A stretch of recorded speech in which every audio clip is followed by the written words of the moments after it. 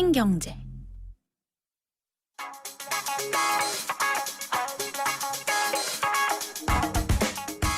안녕하세요. 멜로디 경제 대중음악평론가 이대화입니다. 낭만에 대하여 길 위에서와 같은 히트곡의 주인공이죠. 가수 최백호 씨가 음악 공간의 운영자로도 활동하고 있다는 거 혹시 아셨나요? 이름은 뮤지스탕스, 뮤직과 레지스탕스의 합성어고요. 장소는 마포구 아현동 마포대로의 지하에 위치해 있습니다. 규모는 꽤 큽니다. 5개의 개인 작업실, 2개의 밴드 작업실, 70명을 수용할 수 있는 공연 및 녹음 시설을 갖추고 있습니다. 물론 최백호 씨가 혼자서 이걸 다 마련한 건 아닌데요. 문화체육관광부가 35억 원의 예산을 투입했고 장소는 마포구가 제공을 했습니다. 최백호 씨는 뮤지스탕스 이전에도 한국음악발전소의 소장을 맡아 원로 음악인들과 인디 뮤지션들을 도와왔는데요. 정부는 그런 최백호 씨의 경험과 의지가 이 공간에 적합하다고 생각해서 운영을 맡겼다고 합니다. 뮤지스탕스란 이름도 최백호 씨가 지었다고 하네요. 이곳은 재능은 있지만 금전적인 어려움을 겪는 뮤지션들을 위해 만들어졌습니다. 그래서 대관료 없이 공연장을 내준다든가 좋은 뮤지션들이 발견되면 기획사를 직접 연결해주기도 한다고 합니다. 뮤지스탕스를 통해서 앞으로의 한국 음악을 이끌어갈 재능 있는 인재들이 많이 발굴됐으면 좋겠습니다. 음악은 최백호 씨의 노래 하나 듣겠습니다. 아이유와 같이 불러서 화제가 됐던 곡이죠. 아이야 나랑 걷자입니다.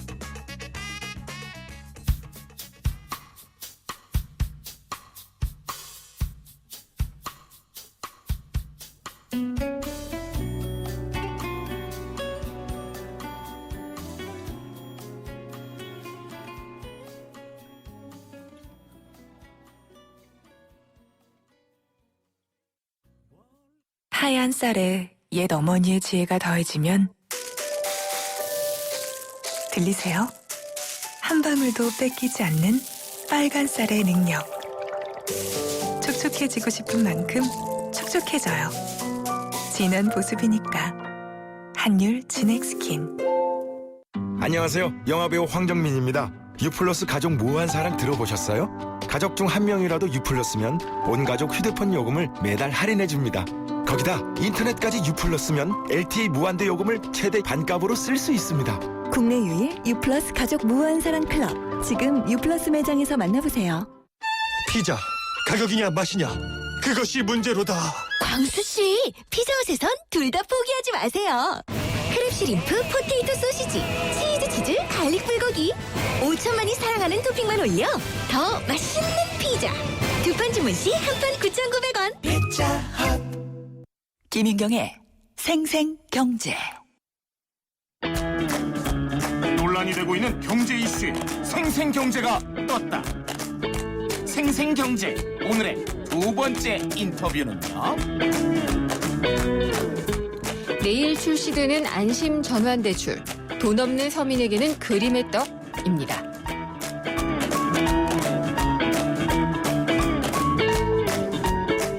세상의 베이스가 되다 포스코 협찬으로 생생경제 3부 함께하고 계십니다.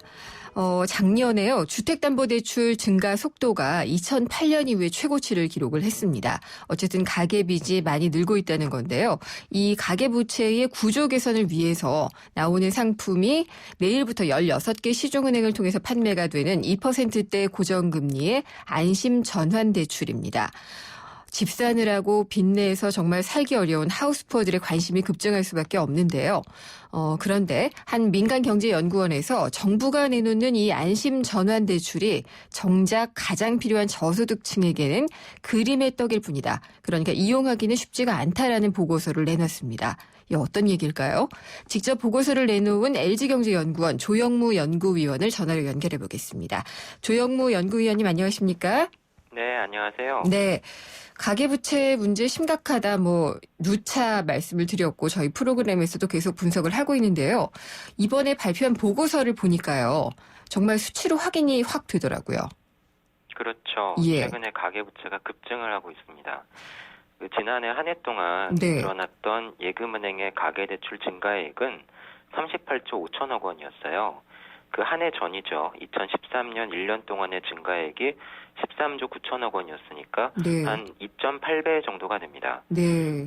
특히 LTV LTV DTI 비율이 완화되었던 지난해 8월 이후에 한층 그 증가 속도가 빨라진 것으로 나타났는데요. 지난해 8월부터 12월까지 5달 동안 늘어난 가계대출이 27조 원으로 1년 전체 증가분의 70%, 그러니까 12달 중에서 5달 동안 늘어난 것이 1년 전체에 늘어난 것의 70% 정도나 되었죠. 네. 그리고 특히 올해 들어서도 관심을 모았던 것이 통상적으로 1월에는 가계대출이 줄어듭니다. 그렇죠. 왜냐하면 주택시장이 좀 비수기니까요. 그렇죠. 예. 그리고 또 많은 분들이 성과급도 받으시죠. 그렇죠. 그래서 일부지만 가계대출이 줄어드는 것이 통상적이었는데 올해는 반대로 예금은행의 가계대출이 도리어 4천억 원 늘어나서 네. 가계대출의 증가세가 올해도 계속 이어지고 있는 것으로 보입니다. 왜 이렇게 늘어나는 걸까요? 왜 이렇게 늘어나는지를 사실은 보려면 네. 그 대출의 증가 내용을 좀 살펴보면 알 수가 있는데요. 예. 한마디로 최근의 가계대출 증가세는 주택담보대출이 주도를 하고 있습니다. 지난해 8월 이후에 예금은행 가계대출이 늘어난 것 중에서 주택담보대출이 차지하는 비중이 무려 95%입니다. 특히 예. 올해 1월 같은 경우에는 예금은행 전체 가계대출 증가액보다도 주택담보대출이 더 많았죠. 결과적으로 결국은 주택시장을 중심으로 해서 돈이 많이 풀리고 있는 것인데요. 전세 가격이 급등을 하면서 많은 분들이 지금 쫓기듯이 전세 수요에서 매매 수요로 전환되고 있죠. 네. 그리고 지난해 8월과 10월에 두 차례에 걸쳐서 한국은행의 기준금리도 인하되면서 시중금리가 낮아지니까 대출이자 부담도 줄어든 결과 이렇게 대출이 많이 늘어나고 있는 게 아닌가 하고 생각이 됩니다. 예. 규제도 많이 풀었고요. 그렇죠. 네. 근데 이제 가계부채가 그래서 위험하느냐라고 정부 당국과 이제 인터뷰를 하면서 물어보면은요. 네. 항상 그 총량을 가지고만 얘기할 것은 아니다라는 답변이 많이 돌아와요.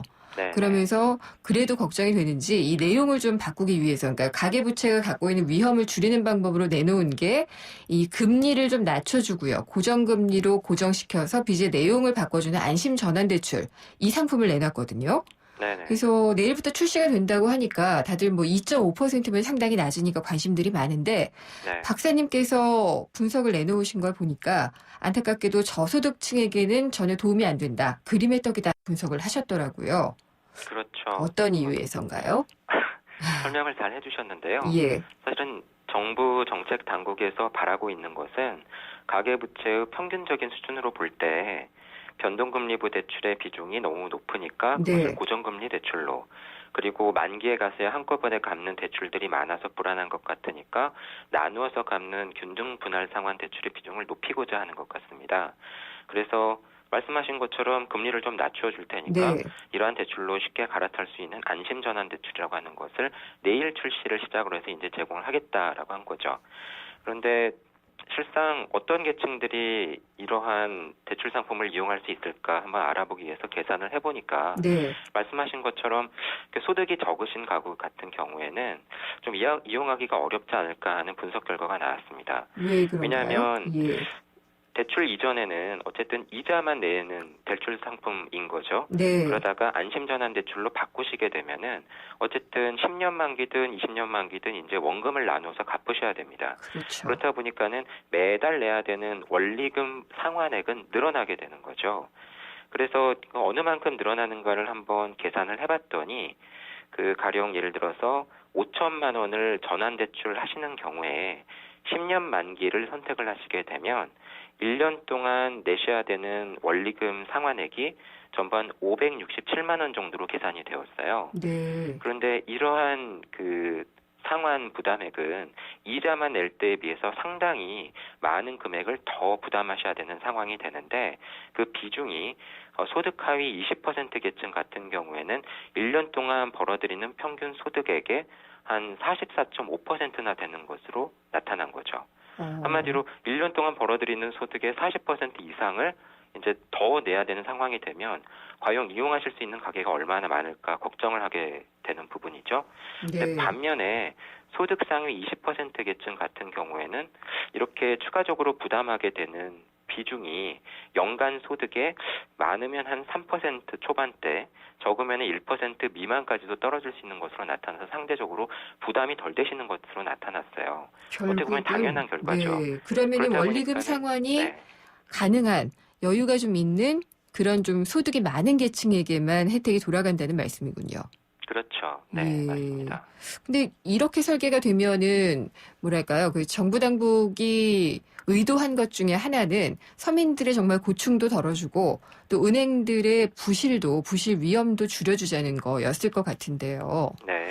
두 가지 다 목적을 달성하기 어렵지 않을까요? 조금 아쉬운 대목입니다만, 네.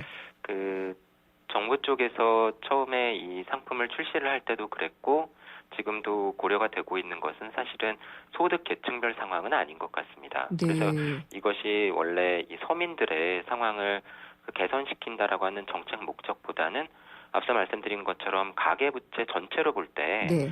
평균적인 고정금리부 대출의 비중이 몇 %인가, 그리고 평균적인 원금 분할 상환 대출의 비중이 몇 %인가를 놓고 이 비중을 끌어올리기 위한 정책 목표로서 제시가 된 것이었기 때문에 그런 부분에서는 사실은 이 상품의 도입 목적이라든가 설계 부분에 있어서 좀 아쉬운 부분이 있는 거죠. 네.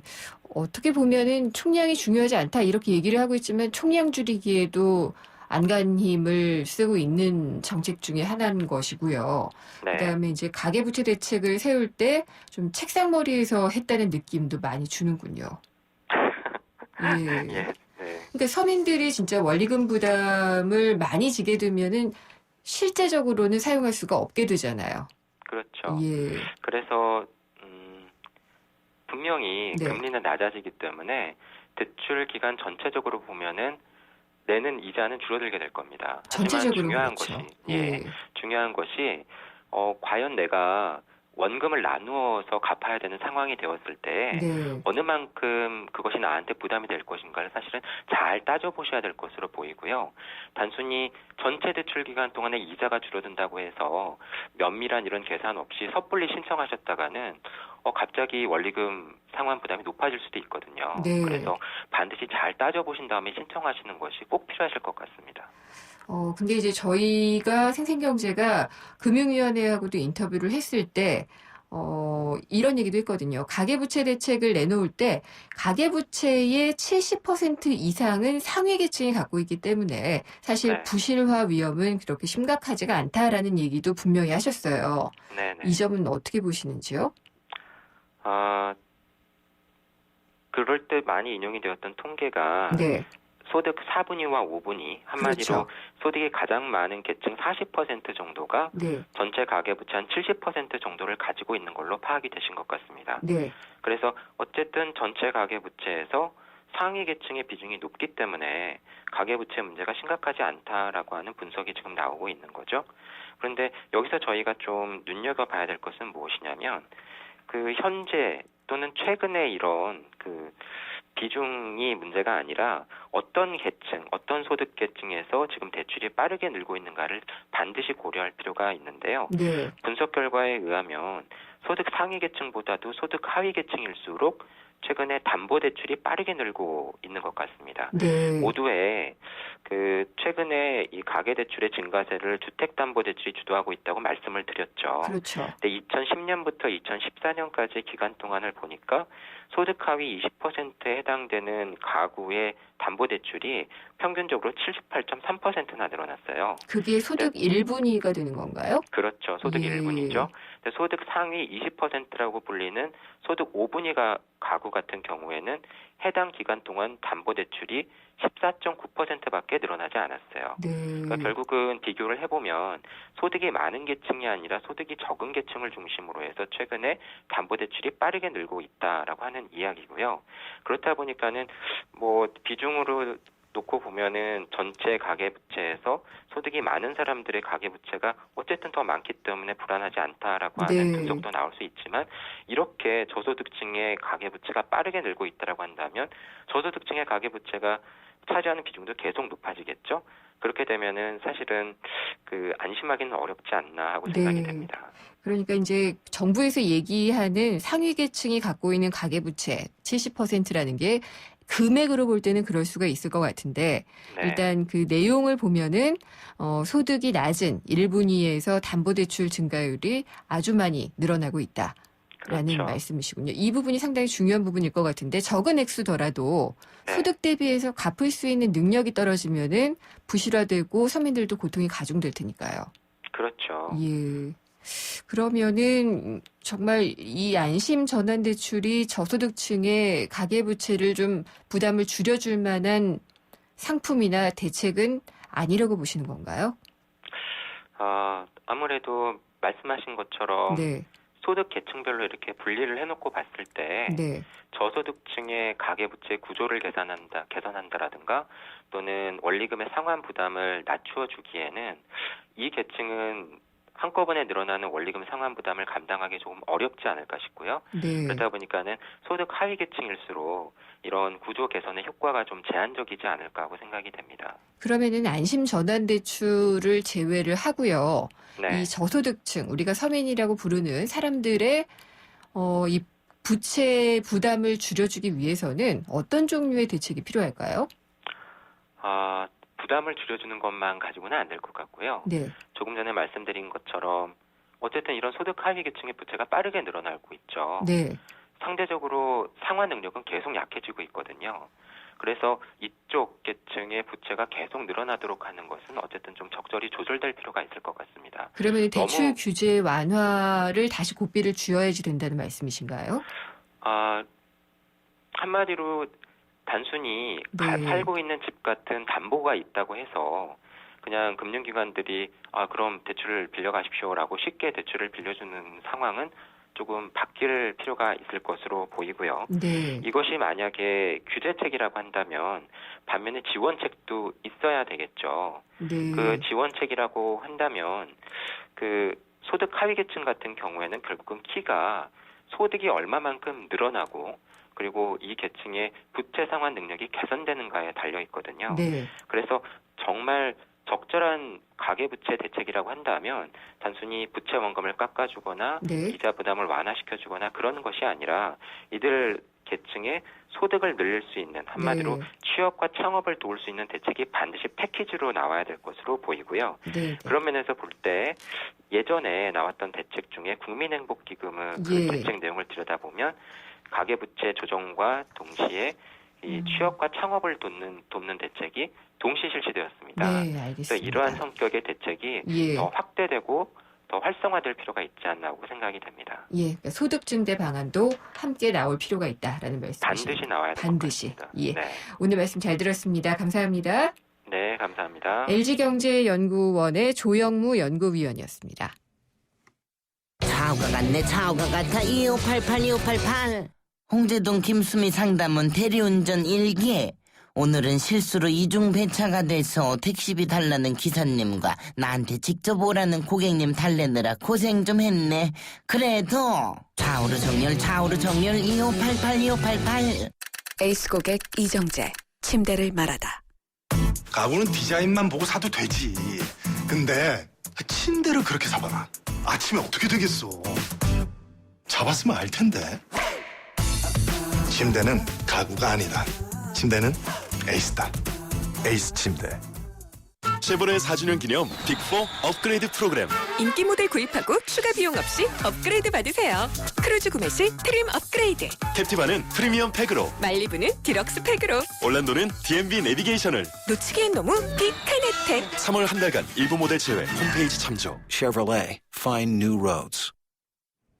생생경제 잠시 후 4부에서는요. 경제뉴스 뒤집기와 창업 컨설팅이 준비가 되어 있습니다. 경제뉴스 뒤집기에서는 3저, 저금리, 저유가, 또 원화가치 하락, 이 3저 현상이 우리 경제에 미치는 영향을 짚어보겠고요. 창업 컨설팅에서는 요즘 뜨는 골목 상권 가운데에서 이태원 경리단길의 상권을 분석을 해보겠습니다. 저희 생생경제에서 청취자 여러분의 의견을 기다리고 있습니다. 2부에서 인터뷰를 했었는데 액티브엑스가 드디어 없어진다고 하죠. 여기에 대한 여러분의 생각을 들려주시면 됩니다.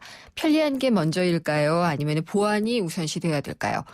문자 보내주실 번호는 짧은 문자는 50원, 긴 문자는 100원의 정보 이용료가 부과되는 우물정의 0945, 우물정의 0945번입니다. 문자 주신 분들 중에 추첨을 통해서 다양한 선물을 드리고 있는데요. 밀레 전시회 관람 티켓 2장 그리고 중국어 인터넷 수강권을 보내드리고 있습니다. 액티브엑스 없어진다고 하는 다양한 의견들을 샵의 0945 우물정의 0945로 보내주시면 됩니다. 7238님 의견 주셨는데요. 더 빠르고 더 편리한 시대가 오고 있네요. 그런 만큼 지름신의 유혹을 어떻게 이겨내야 할지 고민입니다. 라고 하셨는데 액티브엑스가 지름신을 한 번 걸러주는 효과를 아마 냈던 모양입니다. 9405님 소비자 편의를 위한다는 거는 대찬성이지만 보안에 대한 철저한 검토가 필요할 것 같은데 아직까지 보안에 대한 신뢰는 없습니다. 라고 하셨습니다. 여러분의 의견은 어떠신지 샵의 0945로 의견 보내주시면 됩니다. 저는 잠시 후 4부에서 뵙겠습니다. 경제를 위한 바른 시각, 본질에 다가가는 심층 분석, 가치를 추구하는 정확한 해석. YTN 라디오 김윤경의 생생경제. 서윤이 엄마. 민호 아버님. 당신의 이름 대신 누구 엄마, 아빠로 불리는 일이 많아졌다면 악사 자동차 보험과 만나세요. 당신과 자녀에게 꼭 필요한 보장을 다이렉트로 더 저렴하게, 모바일로 간편하게. 악사 다이렉트. 가입 시 유의사항을 꼭 확인하세요.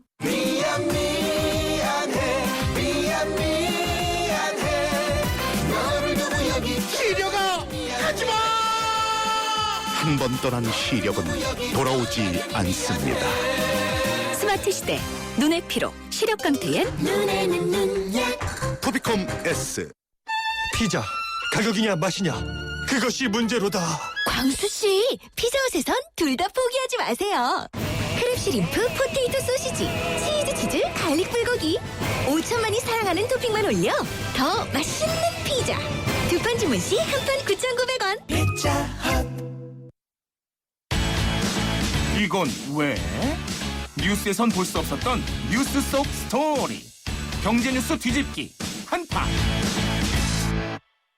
모든 사람이 꿈꾸는 내일 롯데건설 협찬으로 김윤경의 생생경제 4부 시작하겠습니다. 경제뉴스 뒤집기 시간이고요. 오늘은 한국경제신문의 허원순 논설위원과 함께합니다. 안녕하십니까? 네, 안녕하세요. 네, 1980년대에 3저가 있었잖아요. 네, 그랬죠. 저금리, 저유가, 달러가 약세였었는데 지금은 신삼저라고 하죠. 예, 그렇습니다. 이제 뭐 신삼제라는 게 아주 공식적이거나 아직 학술적이거나 정부가 쓰는 말은 아니고 언론에서 이렇게 예. 나오는 말입니다. 그죠? 네. 신삼저, 새롭게 나타나는 세 가지 저 현상. 그러니까 무슨 말하는 대로 저금리, 금리가 사상 유례 없이 낮은 상태로 내려갔죠. 네. 저금리. 그다음에 저유가, 뭐 양면성은 있다지만 그래도 뭐 우리 경제에 도움되는 게 사실 아닙니까? 네. 저유가. 그다음에 원저, 우리 돈 가치가 떨어진 거 이걸 예. 가지고 신삼저 뭐 또 뭐라나 뭐 트리플 세계라 예. 트리플 호재다 이런 말들을 지금 하고 있대요.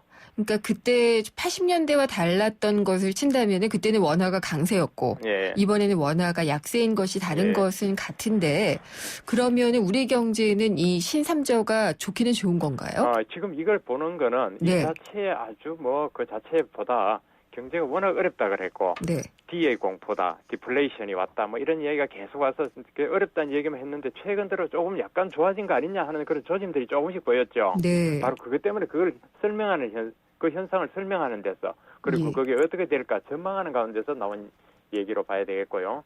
이제 그 약간 좋아졌다는 게 사실은 전혀 동의 못하겠다 이런 분들이 아마도 많을 겁니다. 그러나 네. 이제 적어도 부동산 시장에 뭐 이사도 되고 집값이 조금 꿈틀꿈틀거리고 거래량 자체가 많아지니까 어쨌든 집값 상승보다 거래량이 많아지고 이러니까 뭐 집 주변에 부동산 경기 이런 데서 조금 좋아진다. 그다음에 주가도 2,000포인트 코스피 올랐잖아요. 네. 이제 그런 것들에서 조금 좋아지는 게 이게 실물로 퍼지느냐 마느냐 이런 걸 얘기하면서 또 이제 다시 우리 돈 가치가 떨어지니까 즉 달러 환율이 올라가 버리니까 수출에는 유리한 여건이 아니냐. 그리고 수출이 잘 되면 우리 경제가 또 전체적으로 좋아지는 거 아니냐. 수출 의존도가 워낙 높으니까 이렇게 묶어서 아직 딱 부러지게는 아니지만 어쨌든 이 신삼저로 경제가 바닥에 어떤 그런 바닥 그 경기가 네. 목으로 조금 올라갈 거냐, 밑바닥 경기가 살아나느냐 이런 거를 지금 이제 주의 깊게 보는 단계라고 얘기 되겠죠. 아직 완전히 예. 좋아졌다 이렇게 말하다 잘못하면 그냥 뺨 맞을 소리가 예. 될지도 모르겠습니다만은. 그렇죠. 예. 사실 지금 어려운 사람들이 더 많다라고 보여질 수도 있는데 예. 저도 이제 기사 후배들이 쓴 기사 볼 때 항상 예. 그래요. 너 경기가 뭐고 경제가 뭔 줄 아느냐라고 예. 얘기를 하는데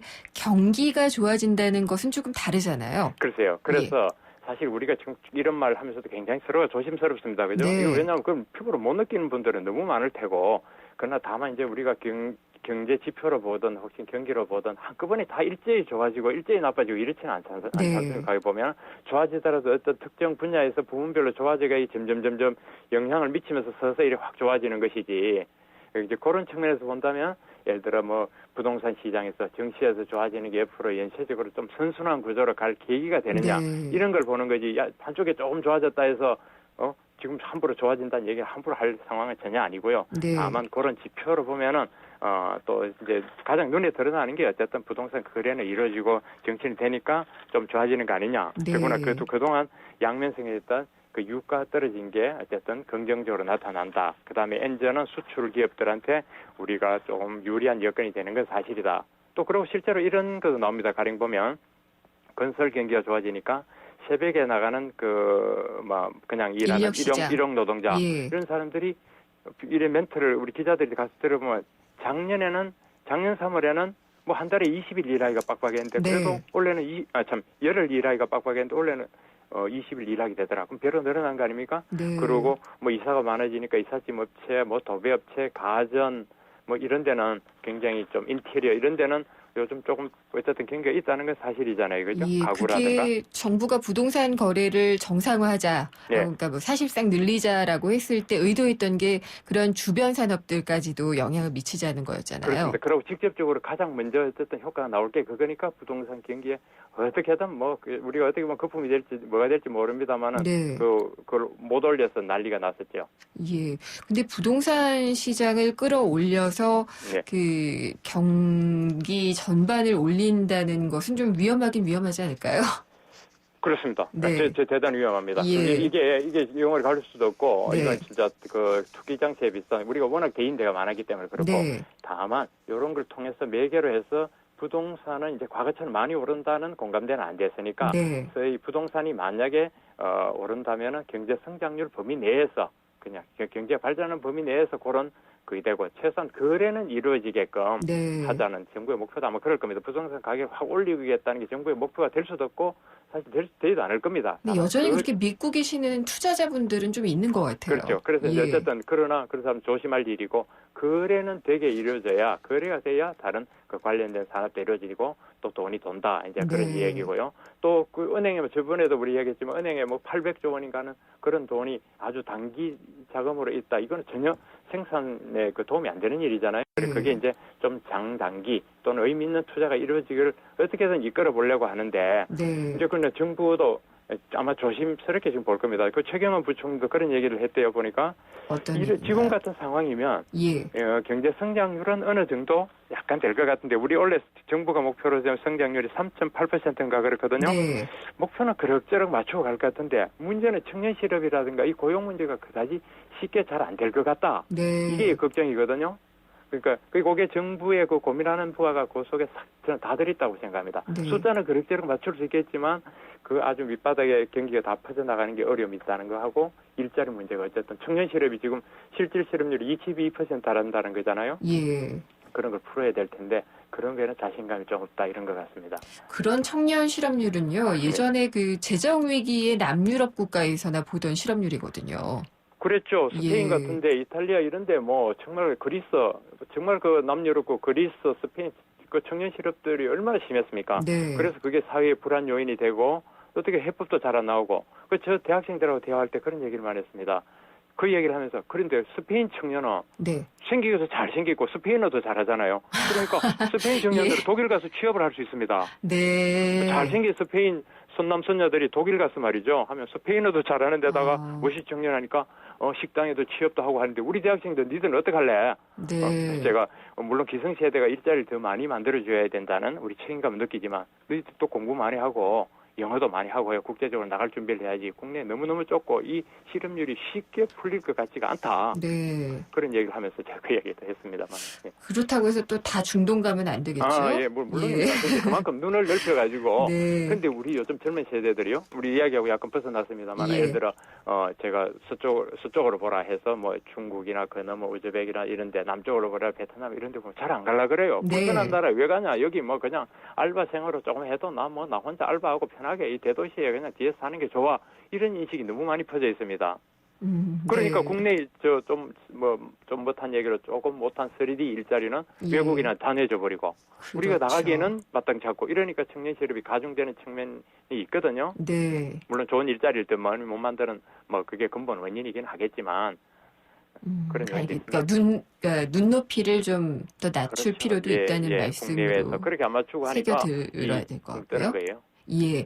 근데 아까도 얘기하셨지만 단기 부동자금 800조. 이 기업 돈이 많잖아요. 그 돈 좀 풀어서 일자리 늘리는 게 제일 중요하지 않을까요? 그래서 이제 근데 기업의 돈은 그렇다죠. 그게 이제 정부가 하는 기업의 무슨 환수법이니 해가지고 예. 유보금을 이제 자꾸 쓰라 하고 안 쓰면 세금도 매기겠다는 게 이제 그건데 그거에 대한 논의는 전에 우리 한번 얘기를 했었던 기억이 납니다. 그게 이제 네. 기업에 있는 돈이 대부분 현금 캐시로 지고 있는 게 아니라 투자했고 생산 네. 라인에 투자돼 있는 상태니까 물론 이제 그걸 담보로 해가 또 자금을 대출할 여력은 있겠지만 현금을 가지고 있는 건 아니란 말이죠. 네. 전부 다 투자돼 있는 상태니까 바로 하락인 그렇고 또 이제 법인세를 냈으니까 내고 난 이익금을 가지고 있는데 또 세금 매기겠다면 이제 이중에 그게 아니냐 뭐 이런 건데 그거는 이런 문제를 보면 될 것 같습니다. 기업이 물론 쓰려고 하겠죠. 그런데 네. 기업이 투자를 해서 이익이 난다면 아마 안 할 기업이 없을 테고요. 이익이 자신이 없으니까 투자해도 수익에 자신이 없으니까 안 하고 있는 측면 안에 있을 거고 두 번째는 그게 강제로 막 하라고 만약 기업에 대해서 그게 강제한다면 개인도 저축성 예금 일반적으로 정기적금 말고 뭐 월급 통장에 예금 남아 있으면 강제로 쓰라고 정부가 낼 수 있는 거하고 똑같은 네. 근거로 똑같이 되거든요. 예. 그래서 그거는 잘못하면 이제 간섭이 되기 때문에 그걸 강제하기는 그렇고 그걸 자꾸 유도를 해야겠죠. 쓰게끔 네. 투자를 하게끔 유도를 하는 게 저는 좋을 거라고 생각합니다. 지금 가장 그럼 중요한 것은 어떤 정책의 방향을 확실하게 보여주는 걸까요? 그렇죠. 예, 정책에서 왔다 갔다 하면 안 되고요. 네. 저는 걱정되는 게 예를 들면 이렇습니다. 지금 4월 29일 재보궐선거가 있다 그랬죠? 네. 네 곳에 선거한다니까 여야 대표들이 나와서 경제 이번엔 제대로 하겠다 막 이렇게 막 나오거든요. 선심성. 네. 저는 여야 대표들이 경제 살리겠다면 그것부터 들어갑니다. 네. 좀 무슨 짓을 할지 그러니까요. 또 무슨 일을 저질지 예. 막 우리 경제가 이미 세계 13위 경제국인데 정치권에 잘 모르는 사람들이 마구나구 훈수하고 마구나구 휘저어가지고 손대를 그럴 경제가 지금 아니란 말이에요. 네. 그런데 이상하게 잘못 흔들어가지고 막 과도하게 참 심한 입법 만들까봐 겁부터 나는데 그래서 정치권이나 이제 기업 정부도 마찬가지고요. 좀 잘 모르면서 과도하게 간섭을 안 하고 네. 조금 이렇게 기업 스스로 하게끔 막 겁 많이 안 주고 막 잡아들이고 법 마구 네. 만들고 이렇게 안 하고 좀 기업 자율로 많이 주면 예. 좀 그래도 이런 분위기가 이어지지 않을까 그런 생각을 갖고 있습니다. 제발 좀 그렇게 됐으면 좋겠습니다. 예. 그러게요. 오늘 말씀 잘 들었습니다. 감사합니다. 예. 허원순 한국경제신문 논설위원이었습니다. 창업, 도전에서 실전까지 좋다. 창업 컨설팅 해드립니다. 요즘 골목상권이 주목받고 있다고 하는데요. 골목상권 왜 뜨는지 그리고 대표적인 골목상권으로 부상한 곳이 지금 경리단길과 해방촌 상권이 있는데요. 이쪽에 대해서 한번 좀 둘러보는 시간을 마련했습니다. 스타트 비즈니스의 김상훈 대표가 전화 연결돼 있습니다. 안녕하십니까? 네, 안녕하세요. 김상훈입니다. 네, 골목상권이 뜨는 이유는 뭔가요? 사실은 이 80년대 말 육공화국 시절에 이른바 주택 200만 호 건설 붐이 있었습니다. 네. 그래서 전국적인 이 택지 개발 지구 붐이 일었고요.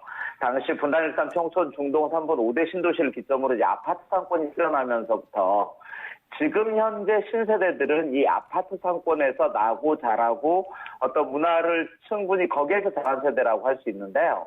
문제는 이 세대들 같은 경우는 이런 콘크리트 문화에 길들여지다 보니까 오히려 이런 번듯한 콘크리트 문화의 이런 상업지역보다는 오히려 우리의 이렇게 작은 좁은 골목길 상권이 네. 어떻게 보면 소비자들에게 좀 이런 구매 가치로 이어지는 즉 큰 가게보다는 작은 가게 이런 네. 번듯한 브랜드보다는 앙증맞은 독립점 브랜드가 오히려 더 호감을 갖게 되는 게 어떻게 보면 골목 상권이 뜨는 이유다라는 생각도 듭니다. 젊은이들에게는 어떻게 보면 신상이군요. 그렇죠. 예.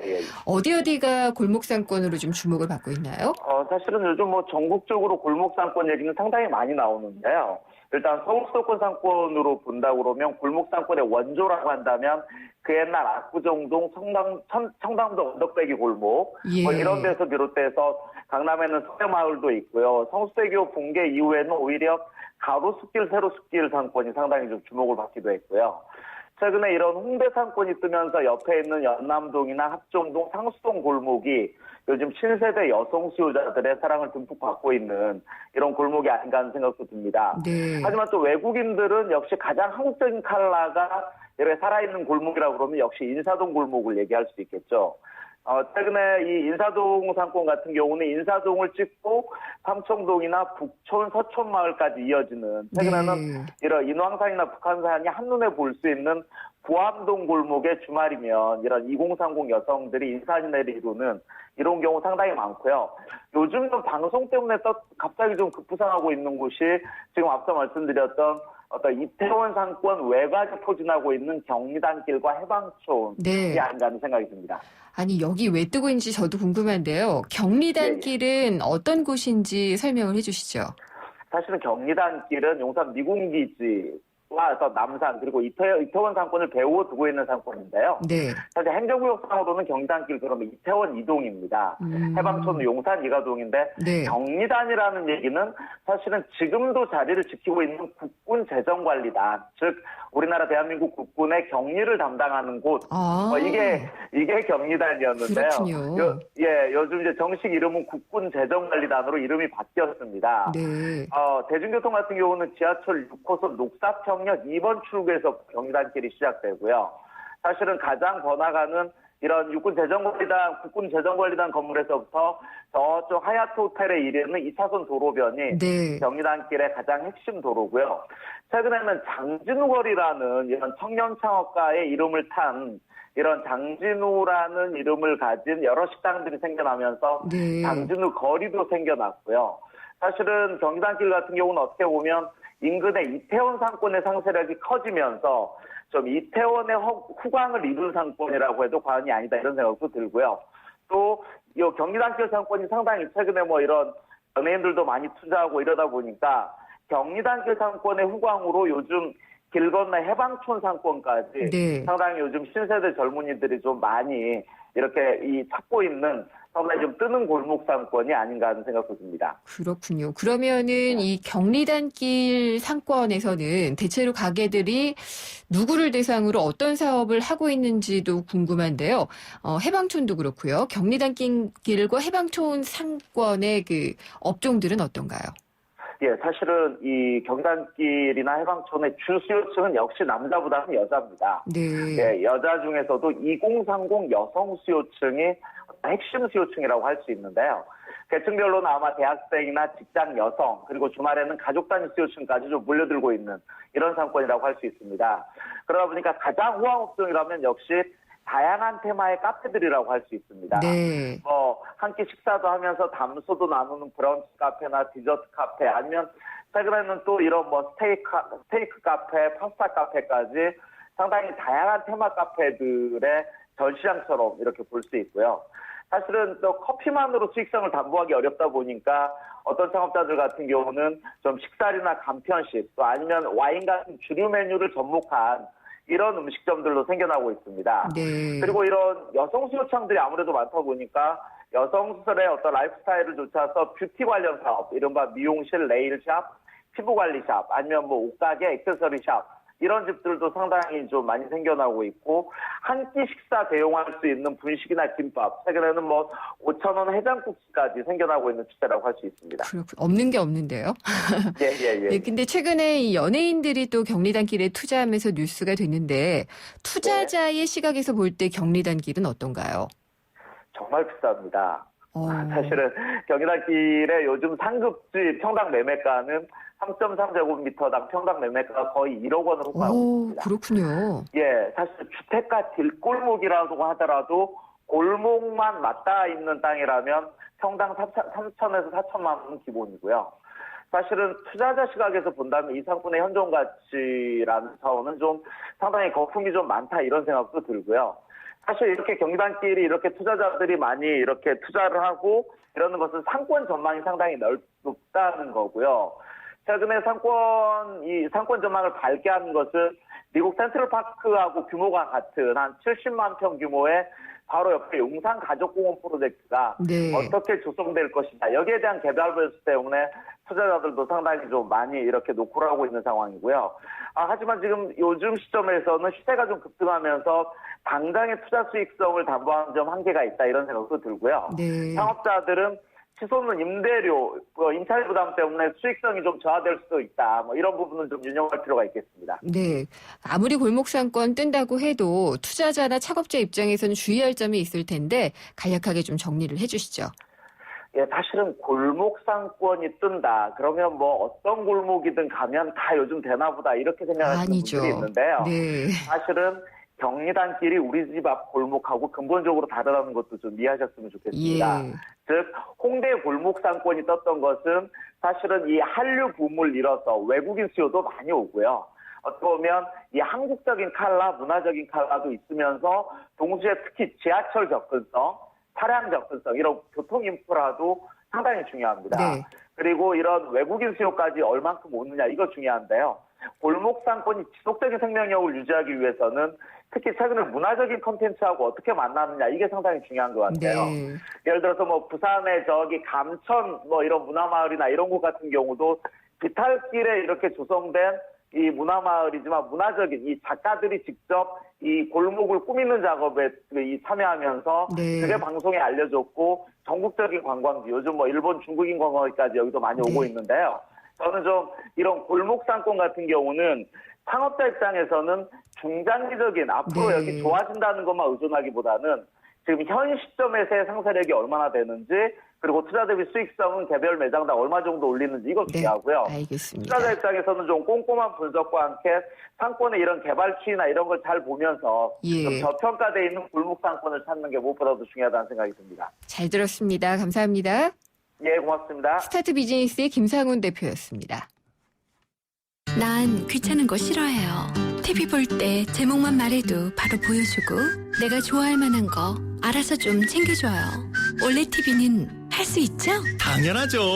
말만 하면 찾아주고 보고 싶은 영화 알아서 추천해주는 올레 TV. 좋은 선택을 하라. Good choice. 올레.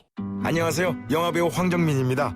유플러스 가족 무한 사랑 들어보셨어요? 가족 중 한 명이라도 유플러스면 온 가족 휴대폰 요금을 매달 할인해줍니다. 거기다 인터넷까지 유플러스면 LTE 무한대 요금을 최대 반값으로 쓸 수 있습니다. 국내 유일 유플러스 가족 무한사랑 클럽. 지금 유플러스 매장에서 만나보세요. 우리 같이 놀아요. 힘을 끼며 공을 차며 놀아요. 마음껏 뛰어요. 신나게 소리쳐. 오늘 더 아이답게 내일 더 자유롭게 래퍼 키즈. 네, 오늘 액티브엑스 사라지는 것에 대한 의견 여쭤봤는데요. 밀레전 관람권과 문정아 중국어 온라인 수강권 드리겠습니다. 당첨자는 7472님 외 3분이고요. 제작진이 연락을 드리겠습니다. 오늘 준비한 수사는 여기까지고요. 저는 다음 시간에 찾아뵙겠습니다. 김윤경이었습니다.